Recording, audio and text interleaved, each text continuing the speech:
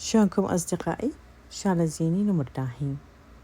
اليوم الجو كلش حلو، واو صاحية والشمس طالعة ودافية. حبيت أشوفكم جزء من جونا رغم الشتاء، بس حلو. وصفتي لهذا اليوم هي سندويتش الشاورما بطريقة جديدة ومبتكرة سهلة التحضير، راح تعجبكم كلش. يعني إذا عجبكم الفيديو سووا لي لايك واشتراك وفعلوا الجرس أصدقائي. تعالوا وياي أشوفكم طريقة العمل والمقادير.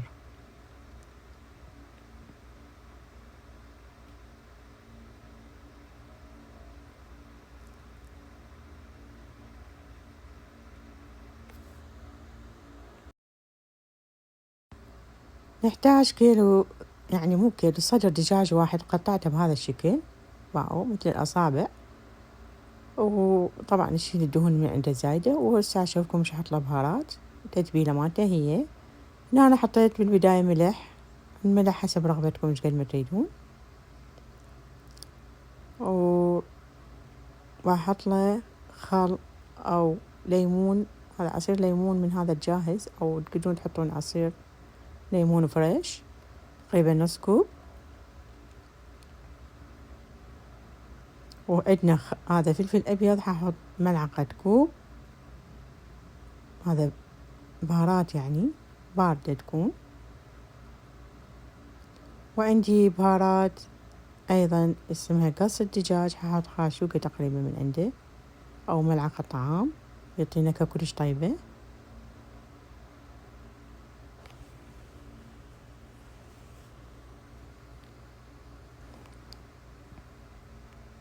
وهذا عندي بابريكا ححطها من الكمية اللي تناسبني، يعني قلت لكم مقاديرها يعني بحسب انتو رغبتكم ايش قد ما تحطون.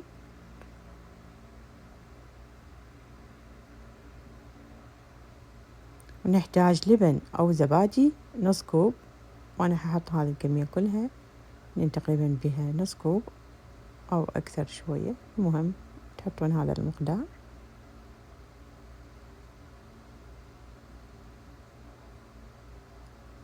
يعطي كلش طعم طيب للدجاج أصدقائي، خصوصا شاورما. هذا زيت زيتون هم حستخدم من عنده، حط كمية قليلة، ربع كوب تقريبا أو نص كوب حسب ما أنتم تريدون.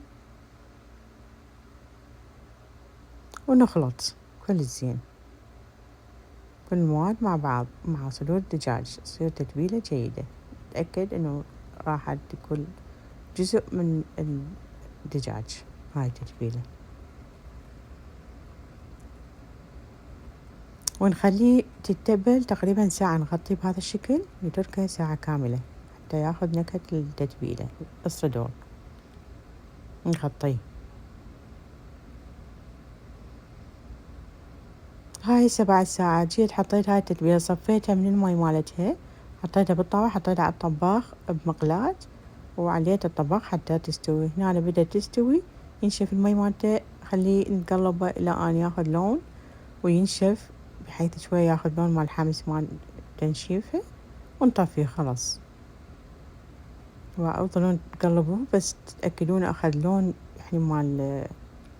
هسه جبت خبز من هذا مثل العيش أو ماساج خاص وايد يصير أخفف، فتحته شق واحد للمنتصف. وهسه أحط الدجاج. نحتاج طماطة طرشي، نحتاج مايونيز، فبدي أحط على كل جانب أحط شي. يعني حطيت صدر دجاج يما بصفة طماطة، على كل ربع من الخبزة هذه نحط شي. هسه دا أحط طرشي، والطرشي حسب النوعية اللي تحبوه، تقدرون تحطون أي شي يعني خيار أي شي. وهسه أحط هذا مايونيز خاص مال اللفات، نحط على هاي الطبقة الأخيرة الجزء الأخير من اللفة أو الساندويتش، ونفرشه بهذا الشكل بالسكينة حتى ينفرش على الجزء هذا مال الخبز الباقي.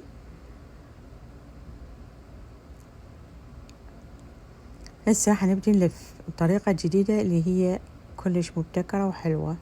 لفه بهذا الشكل، باقو جزء على يعني جزء اللفة بهذا الشكل اللي تشوفوه هسه قدامكم أصدقائي.